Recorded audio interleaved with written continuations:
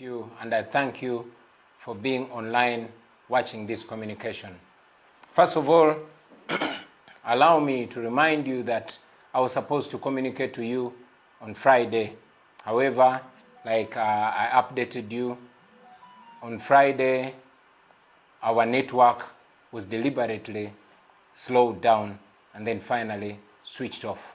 Not only the internet network, but also power was switched off. Therefore, I was not able to communicate to you from Magere. And indeed, when updated you, I've been seeing many of your comments advising me not to speak to you from my Magere home because the same thing would happen. And therefore, I heeded to your advice, and today I'm not streaming live from Magere. We decided to move this communication to today, Sunday, for various reasons. But most importantly, because we knew that Museveni is going to speak today. And because he's going to speak today, chances are fewer that the internet will be switched off because he also wants to communicate to the people of Uganda. Imagine where we are, ladies and gentlemen, where we can only time our communication, where we can only speak when Museveni wants people to listen. And therefore, I'm glad to be talking to you today, regardless. Today, I want to talk to you about three things.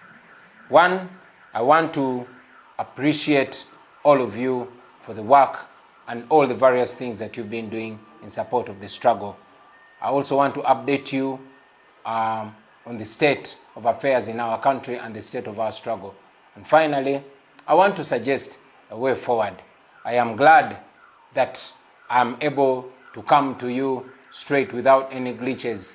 As on Friday, many of you know that along the campaign trail, network jammers were always stationed where we were to make sure we don't stream live to you. And in the same way, network jammers were driven. There's a truck that jams the network that was driven and parked at my Magere home. I'm even informed a few minutes ago that the network around Magere was once again slowed down. I'm glad that we thought before time, and now we are able to talk to you. I want to thank you, fellow Ugandans, very, very much for the support. Thank you very much. Mwebale nyo, mwebalire ddala bannange, eyalama noi, mwebale ino, mwebalire irala, mwanyala nabi. Thank you very much for the support that you've given to us before, during, and after the elections. Ladies and gentlemen, it is you, fellow Ugandans here in Uganda and in the diaspora, that footed the bills of our posters, that bought the fuel, that fed us, that treated us, that did everything. Even if General Museveni likes to always claim that we are funded by foreigners, but we are funded and supported by you, the common Ugandans, here in Uganda and abroad. I cannot take you for granted. I want you to know that you are the wind beneath our wings. Thank you very much for turning up to vote. Thank you very much for giving me your trust, for voting me, electing me as your president, because I know you voted for me to be your president. And I know that we won. We won according to the declaration forms that we were able to collect, up to 25,000 declaration forms, and those that we could not access, including the ones that were confiscated from us and from our agents by soldiers and the police. Where we didn't get declaration forms, we relied on those that came from the Electoral Commission, even when we don't trust them. So according to our tally, our finding is that we won with 54.19%. In the face of all the rigging, we are aware, as you watched the military police officers critiquing all available ballot papers in favor of General Museveni. I already updated you, ladies and gentlemen, that military trucks were moving from one polling station to another, especially in the districts of Western Uganda and Northern Uganda, taking all available ballot papers in favor of General Museveni. Many places were not able to vote in Northern and Western Uganda. At many polling stations, the voters reached, but were told that the election was not taking place. Some were told that they could only vote for their members of parliament and go back home. They could not vote for the president. So in the face of all those irregularities, I am proud that you Ugandans asserted your voices very solidly. And therefore, I am confident to inform you, ladies and gentlemen, that we won this election. Of course, as you know, General Museveni, using the military, police, and all other institutions of state, rigged this election, albeit brainlessly, but they rigged it. We are all aware that the Electoral Commission announced the results before even actually counting. That explains why they every now and then put up contradicting declaration forms, trying to justify their rigging. So I thank you, ladies and gentlemen, for turning up and voting, and most importantly, voting for change. I want to thank you for supporting us during the election, but most importantly, supporting us after that election. You are all aware that General Museveni started arresting our people, torturing them so bad. Many have shown up dead, while others are still in hospital, nursing wounds of torture. You, ladies and gentlemen, especially you friends in the diaspora, the US chapter, the European chapter, the friends of Uganda across the world, you have supported us. You have treated the victims of torture.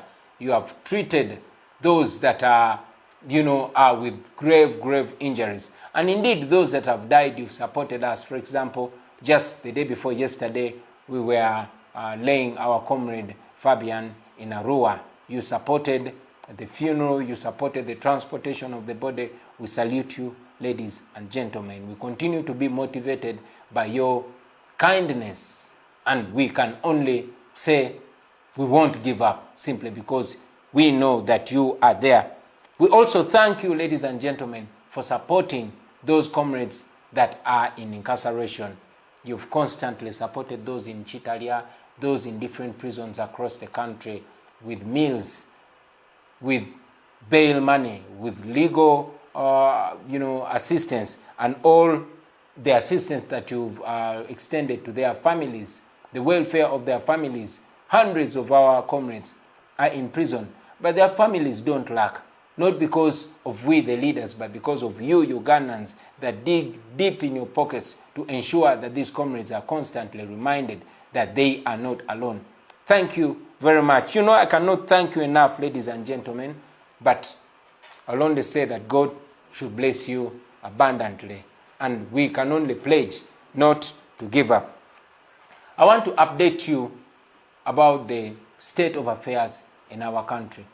Ladies and gentlemen, as you are aware, after the election, knowing the kind of crime that he had committed, knowing the kind of fraud that they just gotten involved in, General Museveni and Sonia Zifola Busungu, he started rounding up all our people.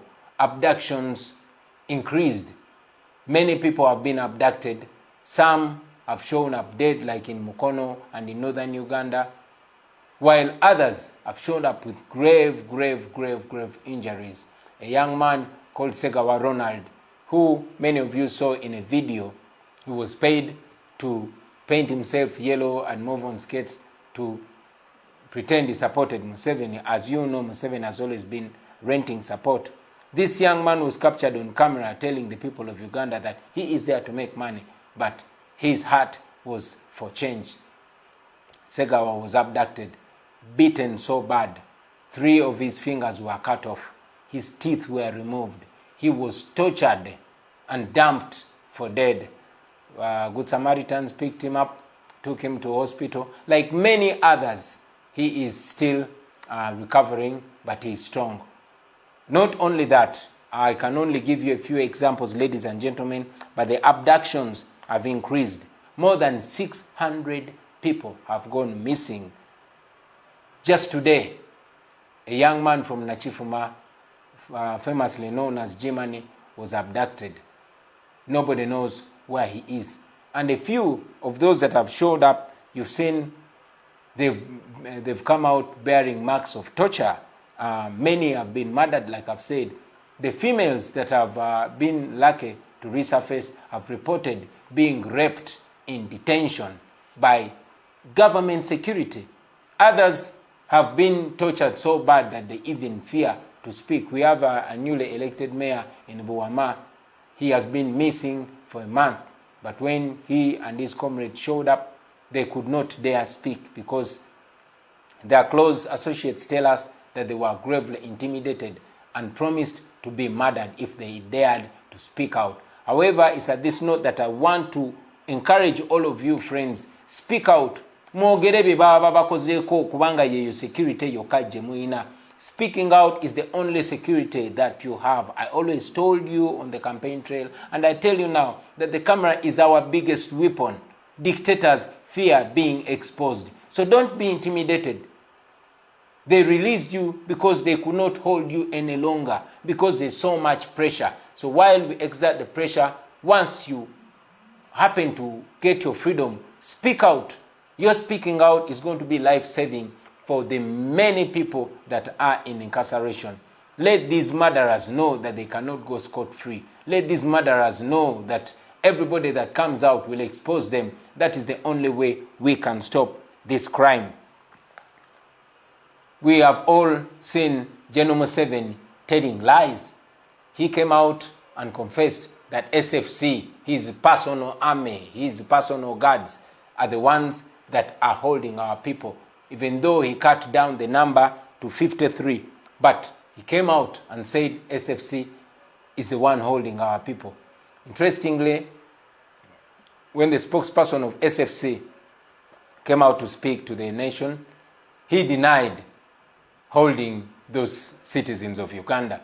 But again, in the same communication, the spokesperson of SFC said they don't have to follow any law when they are abducting and kidnapping these our fellow Ugandans.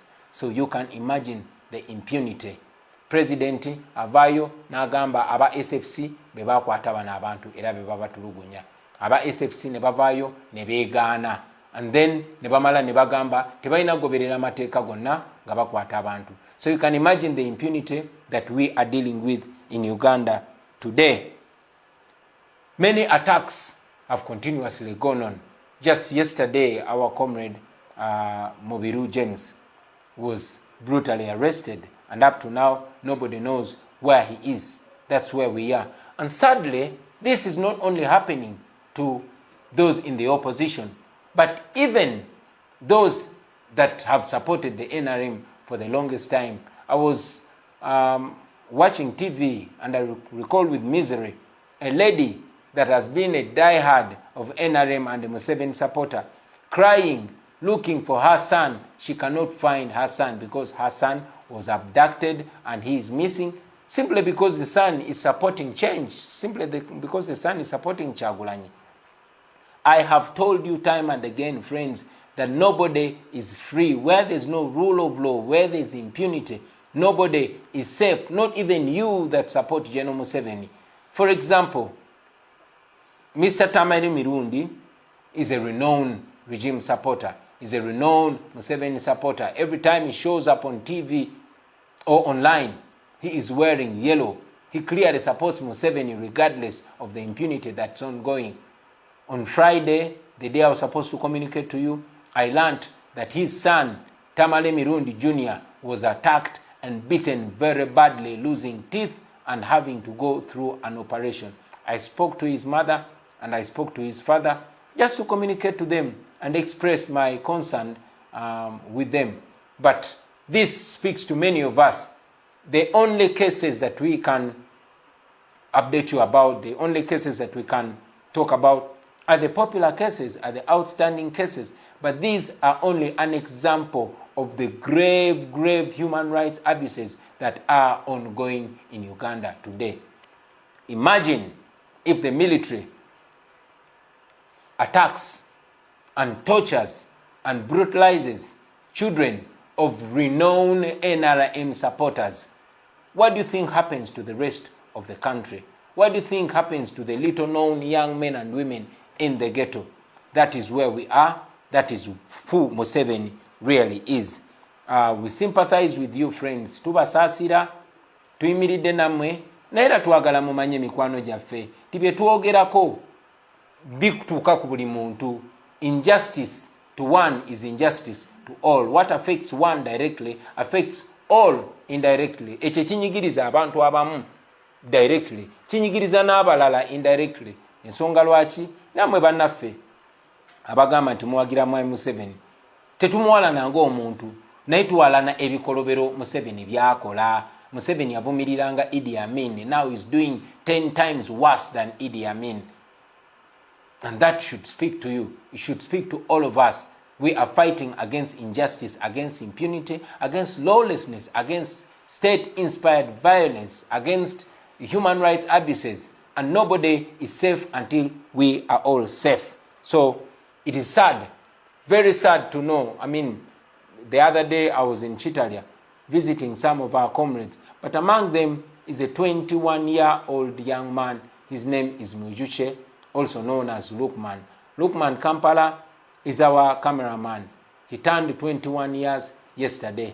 But Lukman was arrested and now detained in Chitalia for simply associating with National Unity Platform, for simply being a member of People Power, for simply supporting Kyagulanyi and being a friend to Kyagulanyi. Lukman's father was among the soldiers that ushered in the NRM regime. Lukman fought to bring in, Lukman's father, fought to bring in Museveni into power. Tata wa Lukman, oboliawo yali asubira that the son will live in a better Uganda. These, our parents, struggled to make sure that children live in a better Uganda. But here we are watching Raphael Mwejuche, a son to an NRA Bush hero, who is now in Chitalia, simply because he is exercising his democratic right. That is very sad. Many young men and women have been arrested, rounded up. We have had numerous stories. When I was in Chitalia, I was informed that up to 90% of the inmates in Chitalia government prison are brought in for being associated with NUP. Some of them were arrested on taxi, parks. A taxi comes and the conductor is calling Kampala, Genderao, and they all get in. They drive up to CMI. Why? Because Museveni fears young people. Museveni knows that young people have been betrayed. He has, duped them, and he knows that they are not supporting him.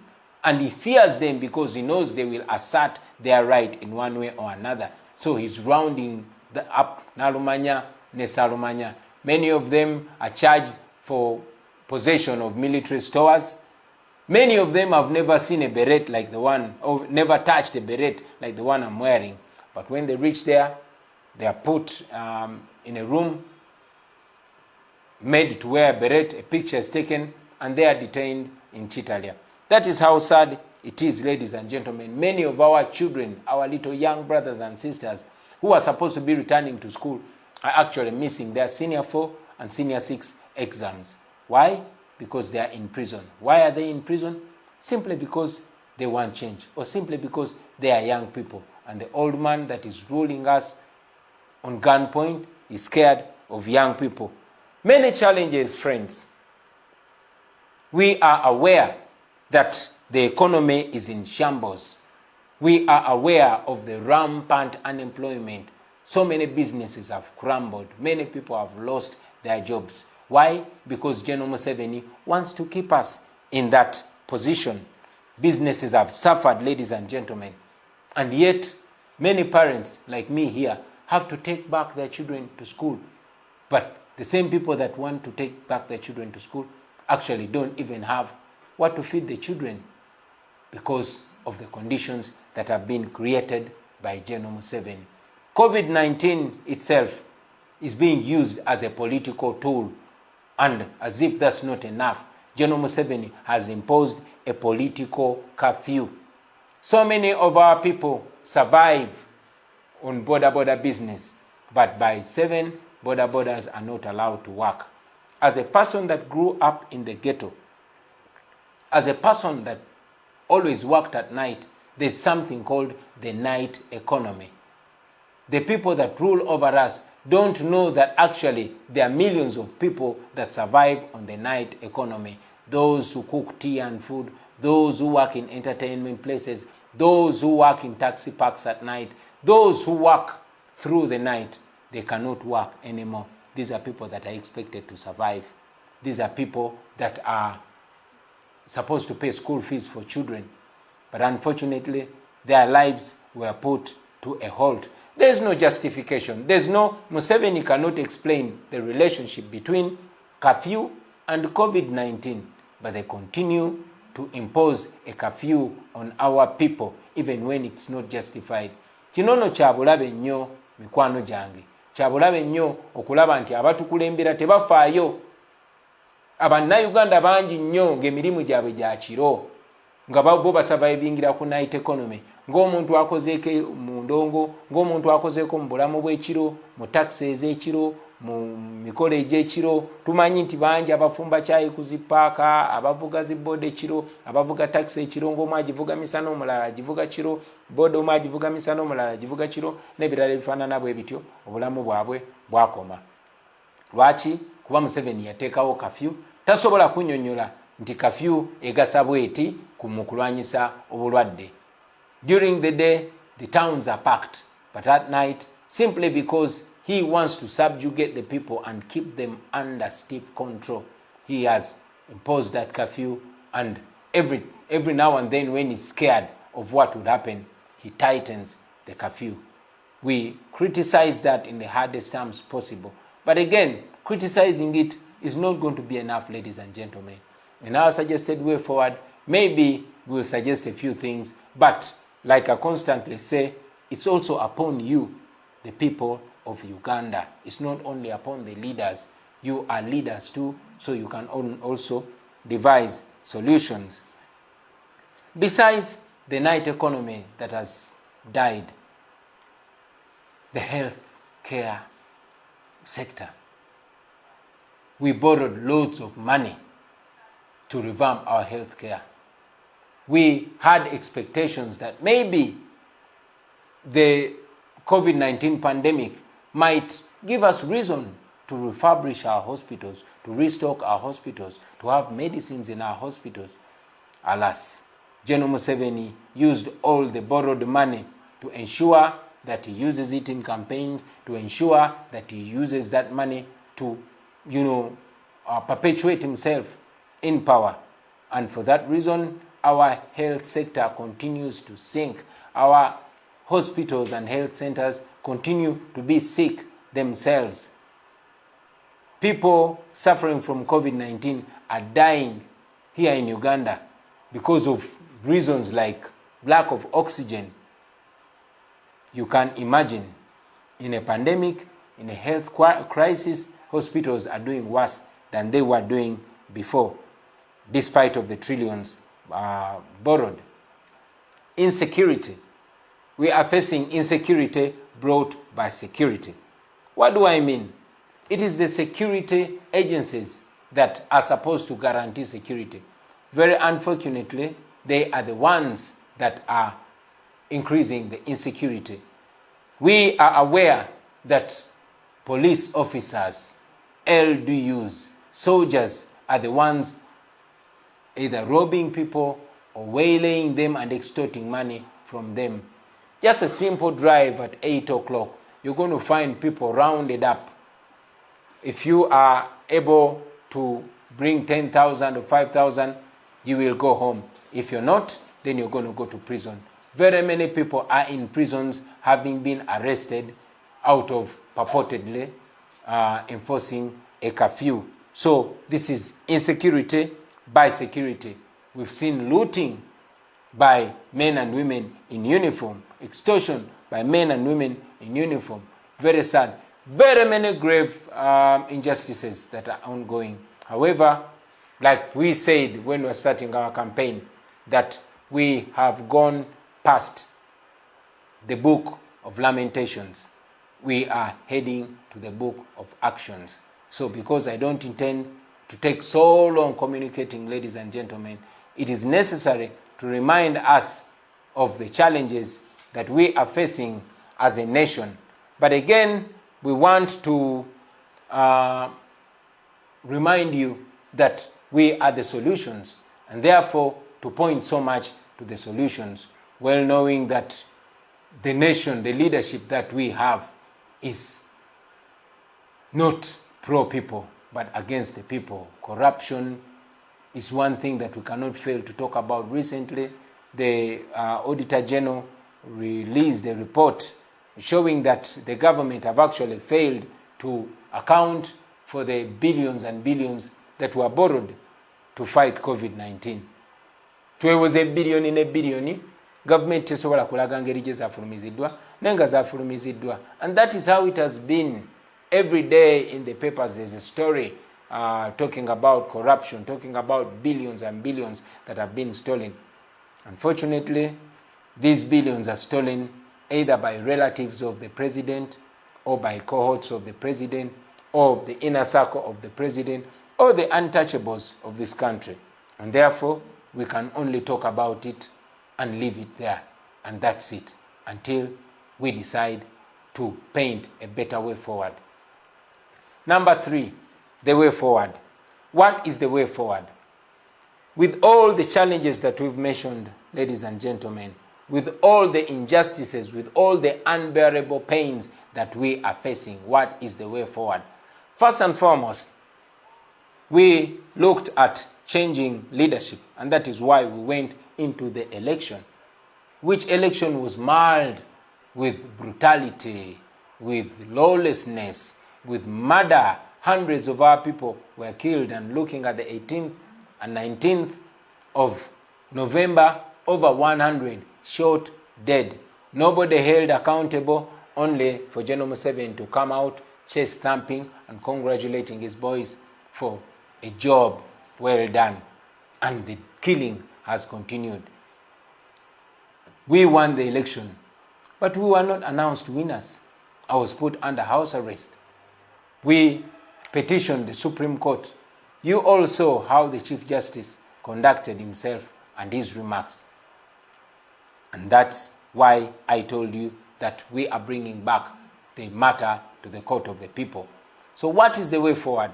Friends, in the 1980s, we all remember General Museveni saying, and I quote, "What else can one do when a government has closed all ways of peaceful change? What can we do other than resigning to slavery?" He said that before he and his friends took up arms, which led to the death of more than 500,000 people. That was in 1980. There's a book that I've been reading. This book is called Mission to Freedom, Uganda Resistance News. It was written between 1981 and 1985. This book was written by Museveni and his friends. I want to quote from this very book. I will read for you a little bit from page 3. It says, and I read, "The right of rebellion against tyranny has been recognized from the most ancient of times to the present day by men of all creeds, ideas, and doctrines. It is part and parcel of the notion of political liberty.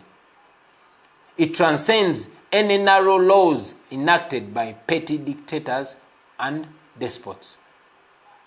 The right to rebellion transcends any laws enacted by petty dictators and despots, just like Museveni. He goes on to say, "The right to rebel against tyranny was at the very root of the American War of Independence against the British imperialism. It was at the root of the French Revolution against divine right and monarchical despotism. It was at the root of many successful anti-colonial wars in countries here in Africa and elsewhere. For example, Algeria, Kenya, Zimbabwe, Mozambique, Guinea-Bissau, Angola, and others. Even the normally imperturbable Britons found occasion to invoke this right on a number of occasions. Once at Rudumaid, to force King John to sign the Magna Carta, and on other occasions to depose crowned kings like James II and Charles.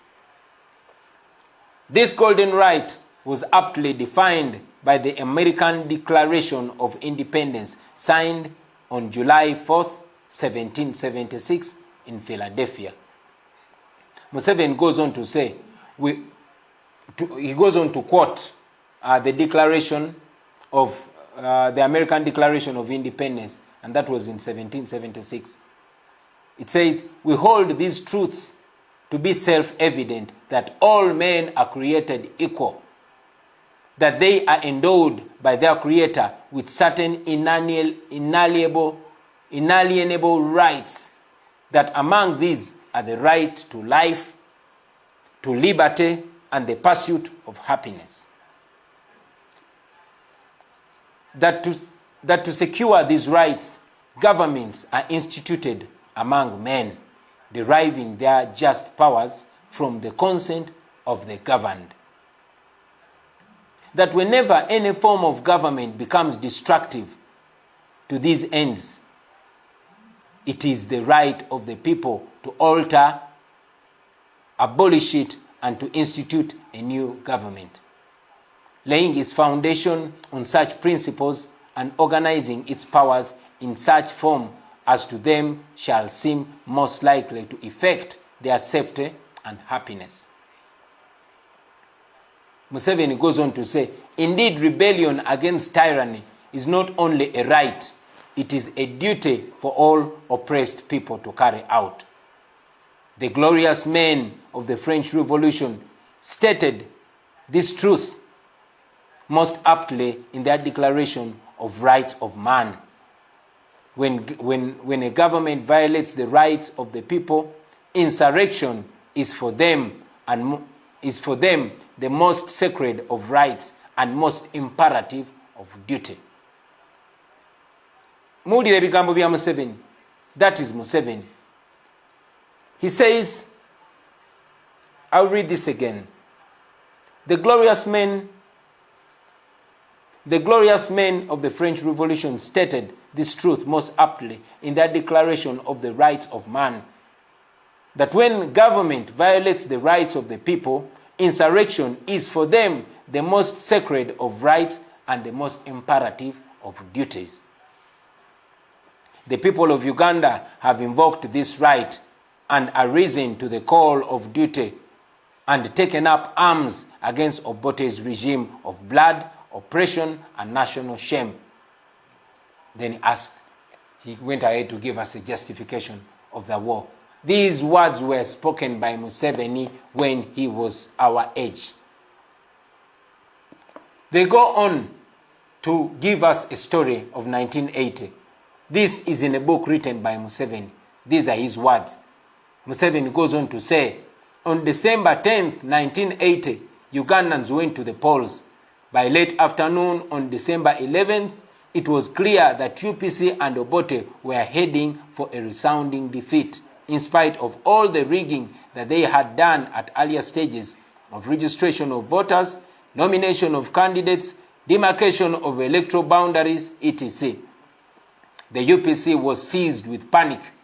Paulo Muwanga, at the time Obote's proxy as head of government, took over the powers of the Electoral Commission, and by his decree of December 11th, 1980, the decree stopped the returning officers and the Electoral Commission itself from declaring any results unless such results were personally approved by Muwanga.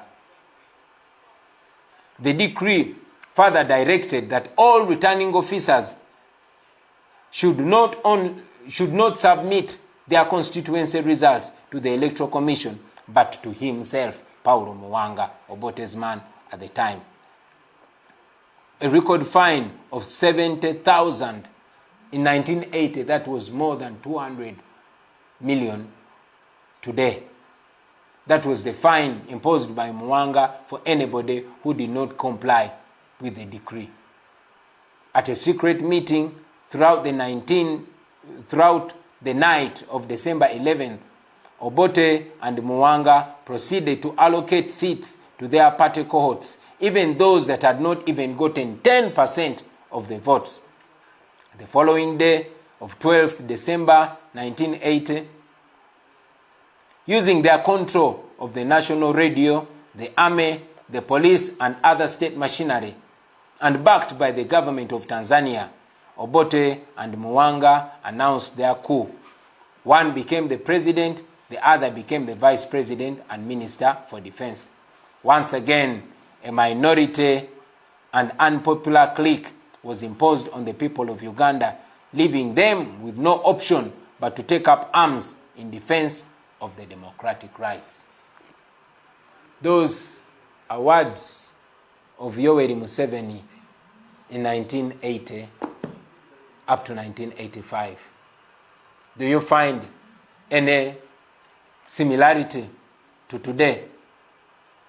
If you only remove the name Obote and put the name Museveni, if you only remove the name Paulo Muwanga and put a name of Byabakama, you will find that this whole writing becomes fresh again. Fellow Ugandans, we are back to that same point 40 years later. 40 years later, after losing more than 500,000 of our mothers and fathers, we are back to the same place. The same thing, and even worse, is happening today in our generation. So, what is the way forward? I've labored to go into all that detail so that you understand where we are and where we must go as a nation, as a generation. I've said it right from the word go that we are non-violent. We don't believe in violence. We are tired. We are frustrated. We are hungry and we are angry. But at least we still have a brain. We have conscience. We respect life. We are many, much more than these criminals. We are younger, therefore faster and stronger than them. We are more connected.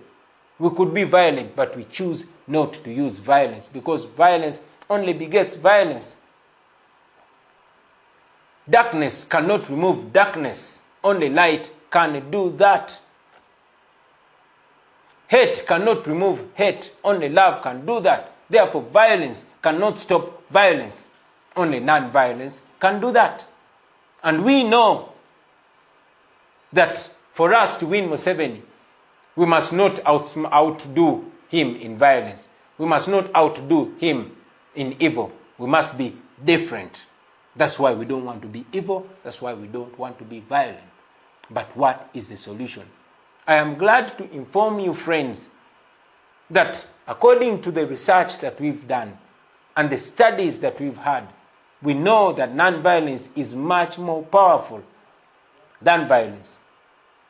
Yes, violent revolutions have succeeded a few times in the past, including here in Uganda, but at a very high cost in terms of property and life. But we also know that non-violence has succeeded many, many more times than violence. Therefore, ladies and gentlemen, we decided to despise violence and take up non-violence. Because non-violence is much easier to participate in. So as a way forward, ladies and gentlemen, having tried all the legal ways and seeming to hit a wall, we remembered that we have not exhausted all legal ways. For example, Article 3. In fact, I'll start with Article 29 of our Constitution, gives us the right to demonstrate and protest peacefully against any injustice. It is within our Constitution. And Article 3 of our Constitution makes it not only right, but a duty for the people of Uganda to rise up peacefully and unarmed. As a matter of fact, it gives us the right to use everything possible to restore constitutionalism once it has been overthrown. It's clear that General Museveni, using the military and other goons that carry guns but not in uniform, has overthrown the constitution. So we as the people of Uganda have a duty, not only right, but a duty to rise to the occasion and restore constitutionalism in this our country. Therefore, ladies and gentlemen, it's with that backdrop that we decided to announce peaceful protests. We called for peaceful protests because they are lawful. We called for peaceful protests because they work. We called for peaceful protests because they are our solution now. We know that Museveni is the kind of person that will respond to anything with violence. He only knows violence. He cannot tell us anything anymore. He cannot convince us anymore. Therefore, he will resort to violence at the quickest provocation. He resorts to violence, and indeed, since the day we called for peaceful protests, in the last 4 days, more than 230 innocent Ugandans have been arrested and remanded. Many of them are in Chitalia. As a matter of fact, even those that were not protesting, but because this is a very scared regime, they were arrested and they are remanded in Chitalia. The abductions increased and they continue. I am here, first and foremost, to give you confidence, brothers and sisters, that this is possible. It is very, very possible. Our struggle continues. General Museveni is cracking down on all people of Uganda, even when they are not violent, because he is scared of the people.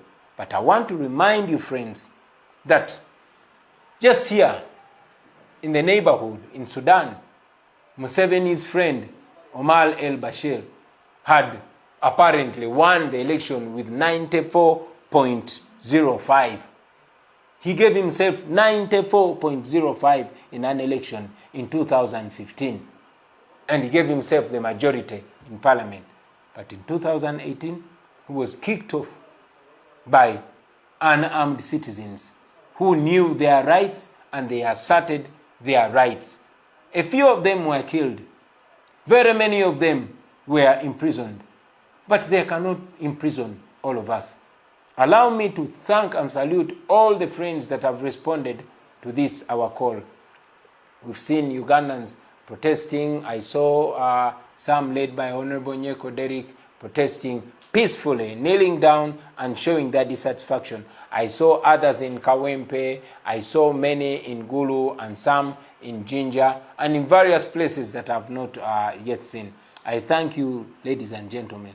I know it is tough, but we might begin small, but with consistency, we will be there.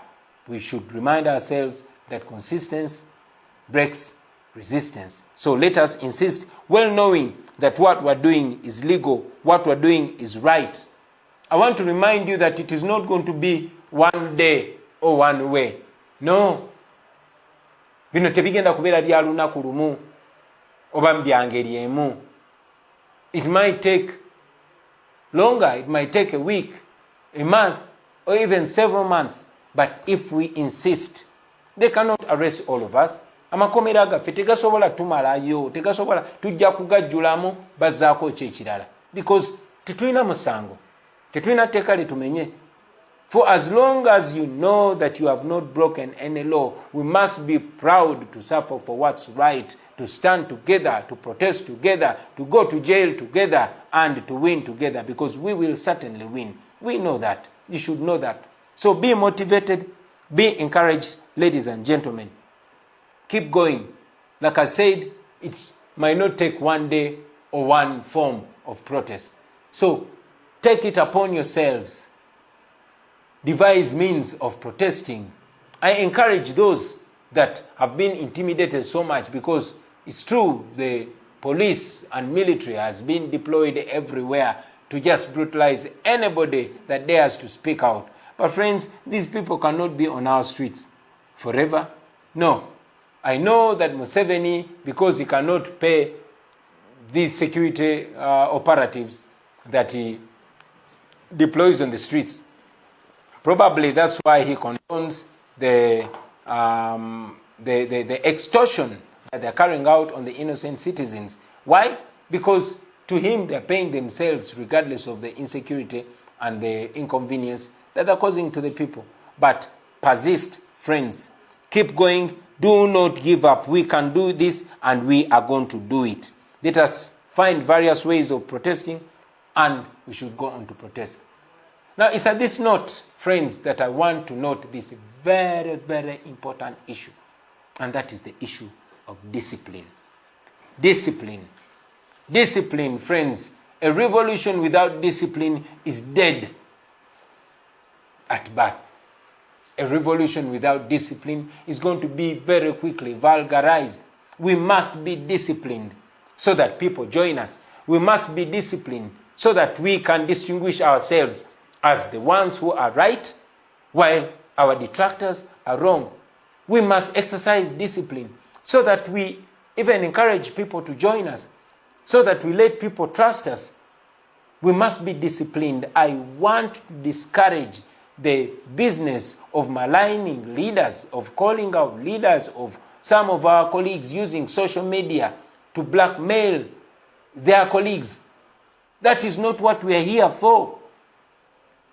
We know that there are challenges everywhere. What one person has not done, you can do. The blackmail and constant calling out and constant, falsehoods that are trending on social media, they do not help our revolution.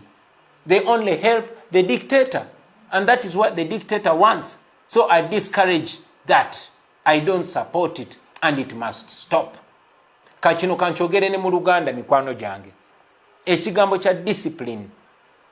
Ndabye bangi nnyo ku bannaffe ng'ate tebava naddala ku social media nga bamalininga nga basaaba ate bannaabwe be bali mu struggle y'emu. Tekina kye kitwongerako okudda ku social media n'oyogerera aba freedom fighter banno. Munno kyalemeddwa okukola gw'osobola okikola. Ekyokudda okusojjagana n'okwogeragana n'ebifuukule amafuukule tekitwongerako, wabula kyongerako dictator. As a matter of fact, dictator akikozesa nnyo okuteekawo olwatika-muffe, okutwawulayawula, okuteekawo obuteesigangana, to create doubt amongst the forces of change. Tekina kye kikwongerako gw'okudda ku social media n'okolokota ate bakulembeze banno. I've been seeing it and I don't like it. Ekyo njagala kikome embagirawo.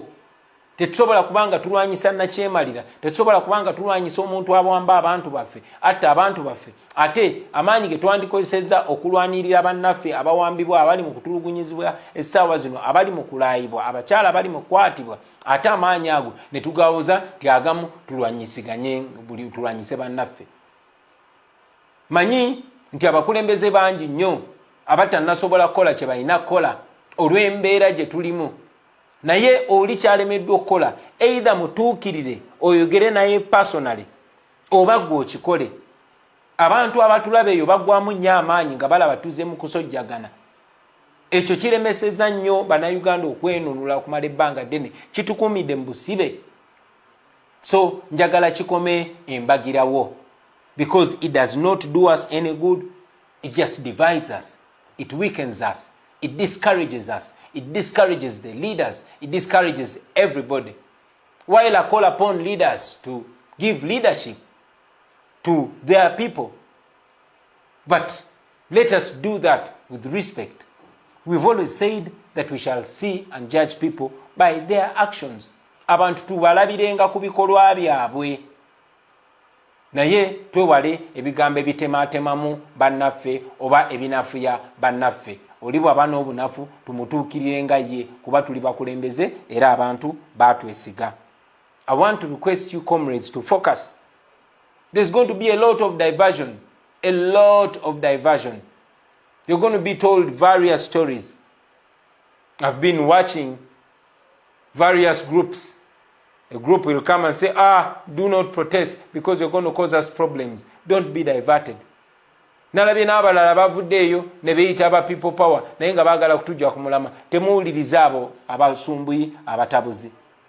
Mwebereremu mubeere ku mulama, temuva ku mulama. Let us keep our eyes on the prize, ladies and gentlemen. As I conclude, I want to call upon the leaders, all leaders, religious leaders, cultural leaders, political leaders, and all forces of change. Friends, this is not a call of only the National Unity Platform. This is a call of the people of Uganda. You can make that call in your own voice, in your own shade, in your own color, for as long as it is for the people of Uganda.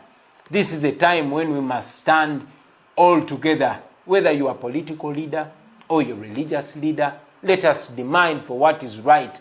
Our people are being murdered day and night. It can no longer be about the politicians. It can no longer be about a certain religious sect, about a certain tribe. No, it's about all of us as the people of Uganda. So let us stand together and offer leadership to the people of Uganda.